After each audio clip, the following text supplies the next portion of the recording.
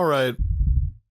Welcome back, ladies and gentlemen, to the Chupacabra Tutorials channel. I'm your host, Larry, and today I'm going to show you how to reset the Microsoft Store cache files and other stuff in the background in the event that you need to update something through the Windows Store, but it's being slow and laggy and generally just not fun to deal with.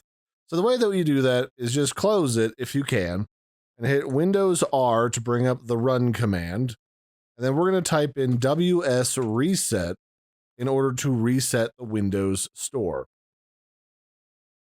And that's it. That's really all you have to do is enter the Windows Store reset command inside of the run window, and it should automatically clear out the Microsoft Store's brain, any cache files that are remaining so it stops lagging, and then boot up automatically after a couple of seconds have passed so that you can get back to whatever it was you were doing inside of Windows.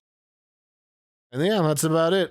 Hope you found this helpful. I've been your host, Larry. Don't forget to like and subscribe, and I'll catch you next time. Bye, everybody, and have a good one.